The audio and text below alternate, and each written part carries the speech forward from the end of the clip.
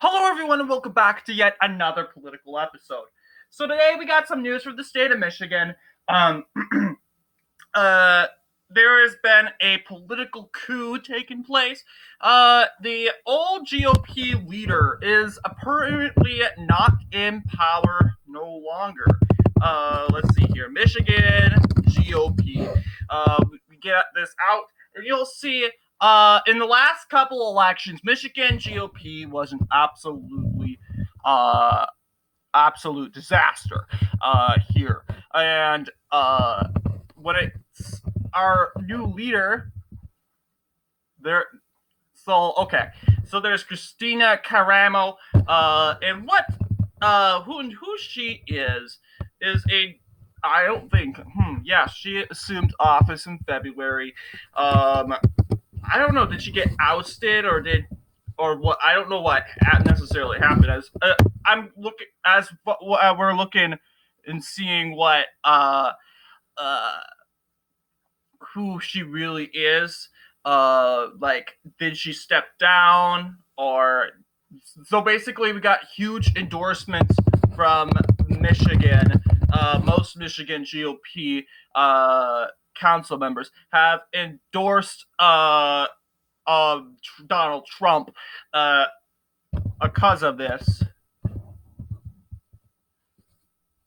So there has been a political coup, and this pretty much could save the Michigan GOP. If you want to hear more, go to Red Eagle Politics, where he explains a lot about it. But today we're going to be talking about the potential political status of Michigan, and if what the political status looks like now, and what it could look like if this Michigan GOP is really to fix its play in the game. So, taking a look here, we have the current positions of the counties in the state of Michigan. You'll see that 9 counties lean Democratic. However, there are 2 counties that are tilting more conservative. They have been conservative voting counties. This county right here, I can guarantee you, probably will go with Democrat pretty soon. That's because there's Grand Rapids there. So Grand Rapids, and then there's this county, which is pretty rural, unpopulated, but it has trended to the left very much. The reason why these counties are tilting conservative is they voted for John James in the said 2020 United States Senate election in the state of Michigan. You'll see these 2 counties biggerly went for James. Okay, so therefore they are now tilting.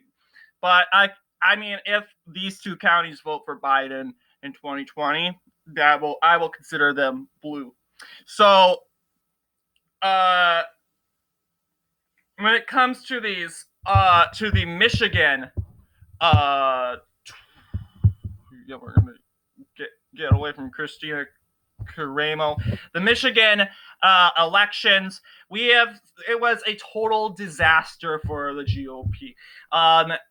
We're going to take a look at them. Hate to open the wounds for some Republicans on my channel, but hey, it is what it is. It happened. We got to talk about it. So let's see here. We have Gretchen Whitmer, controversial governor, getting reelected by 54%.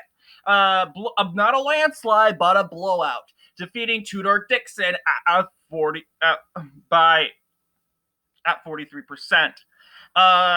Believe it or not, Scott Jensen did 1% better than Tudor Dixon. Tudor Dixon got national attention, and to see a minor player like Scott Jensen, winning 44% of the vote, and Tudor Dixon winning 43% of the vote. It's kind of mind-blowing, especially in a state that Michigan being more conservative than the state of Minnesota. I believe Michigan is going to become a Minnesota very soon. Why? Because if you think about it, we have Detroit, which is much bigger than Minneapolis. It's becoming a huge hub and expanding populations gathering together, sort of like Minnesota is. You have all the people over here and some people scattered over here. And so that's how it's kind of working out. You also have Grand Rapids to back Detroit up too. So 54%. Yeah, it was a total disaster for the GOP.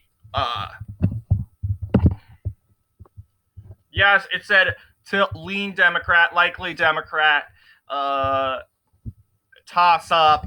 But ultimately, I think we knew that Whitmer was going to win, but not to the big margin that we were.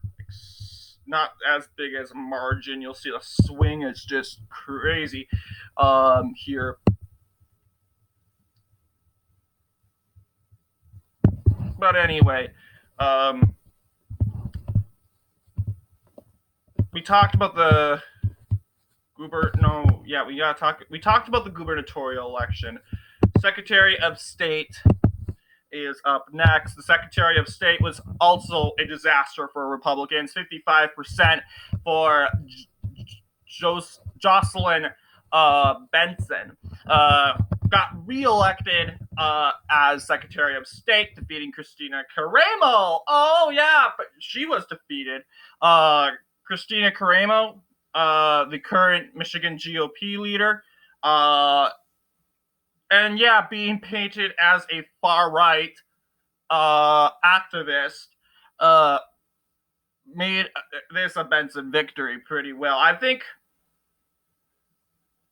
yeah, I don't really know why she's qualified as far-right.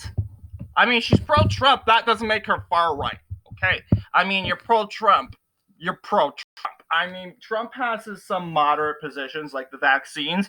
Well, I mean, if you support neo-Nazism, then I'd call you far-right. But supporting a U.S. presidential candidate and U.S. president isn't far-right, okay? Just thought you would clarify, so I guess Wikipedia has a different definition of what far-right means. I consider everything far-right to be like leaning to Nazism, and like some sort of like terrorism, something like that. But Attorney General we have here, same deal.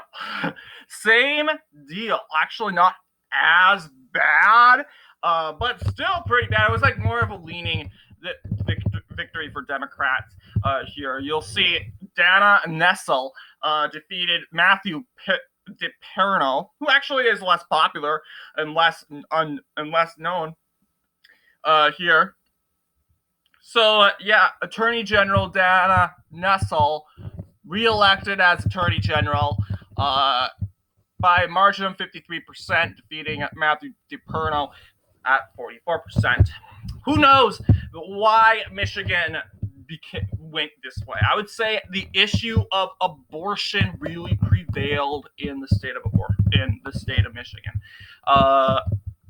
I think Democrats really, really, really pushed hard in the 2022 Michigan proposal. Stated that 56% of Michiganders supported this ballot measure that gave women the right to reproductive freedom. So I think that's what they did. Democrats really whacked hard. Tudor Dixon being anti-abortion and all the other candidates being anti-abortion. I think they weaponized this issue. And even in Attorney General race, where your issue is all about crime and public safety. And I think that kind of ties in because there's criminalization of people who get an abortion. You might be jailed for getting an abortion in some states, depending on the circumstances.